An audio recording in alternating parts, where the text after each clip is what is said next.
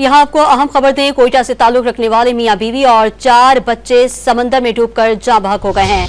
गैर मुल्की जरीदे के मुताबिक कोयटा से ताल्लुक रखने वाले अली आगा ने अहलिया और 4 बच्चों के हमरा तुर्किया से यूरोप में दाखिले के लिए कश्ती पर सफर शुरू किया।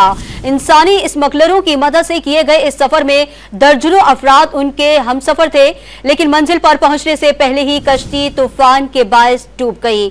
अली आगा के बहनोई आदिल शाह के मुताबिक उनके प्यारों को इस्तांबुल में सुपुर्दे खाक कर दिया गया।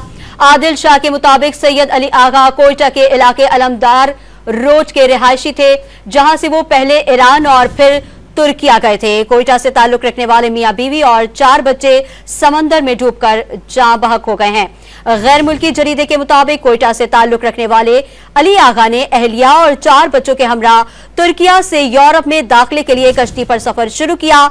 इंसानी स्मगलरों की मदद से किए गए इस सफर में दर्जनों अफराद उनके हमसफर थे, लेकिन मंजिल पर पहुंचने से पहले ही कश्ती तूफान के बायस डूब गई।